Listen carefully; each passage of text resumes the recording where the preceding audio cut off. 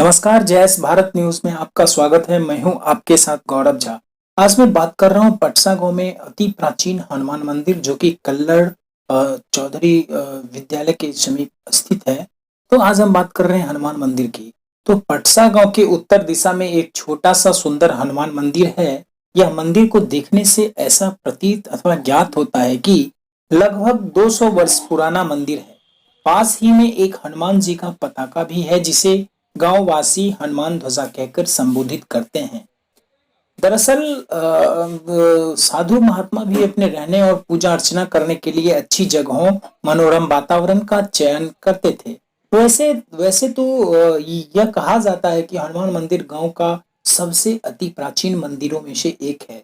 इस मंदिर पर तमाम ग्रामवासी आकर पूजा पाठ मंदिरों में करते हैं।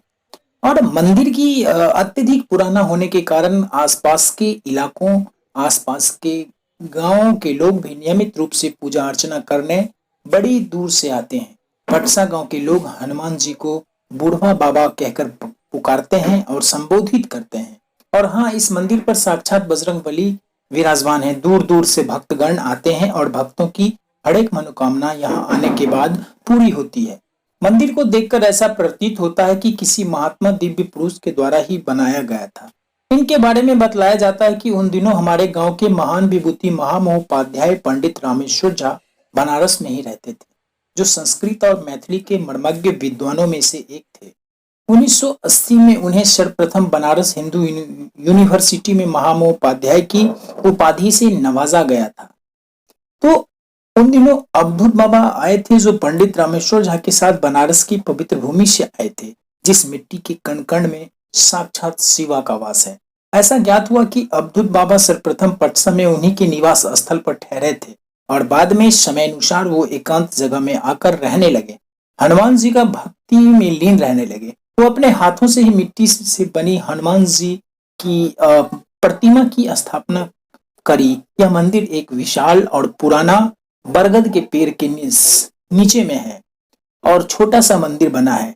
तो ऐसा अंदाजा होता है और ऐसा मैं अंदाजा करता हूँ कि कम से कम बरगद के पेड़ लगभग 200 साल पुराना है। उसी मंदिर के ठीक सामने हनुमान जी का ध्वजा है। पास में ही एक छोटा सा तालाब भी है।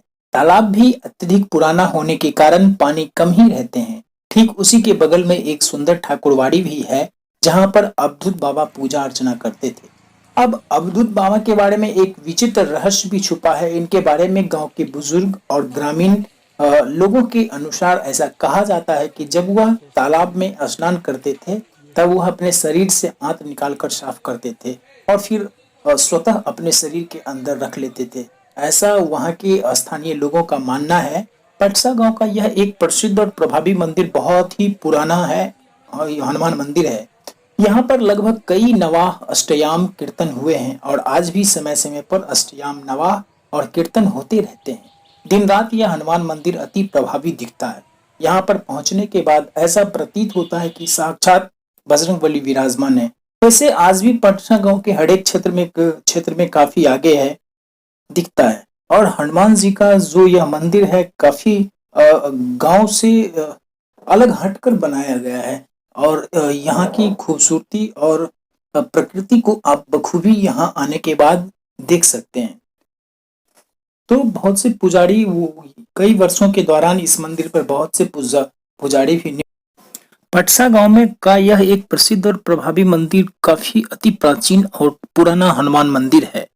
आपको बताते चले कि वर्तमान समय में पुजारी जो यहाँ पर मौजूद हैं, जो दिन रात पूरी निष्ठा के साथ भगवान की पूजा अर्चना करते हैं। गांव वासी हर एक मंगलवार और शनिवार को नियमित रूप से व्रत रखते हैं और शाम के वक्त पूजा अर्चना करने यहाँ पर आते हैं।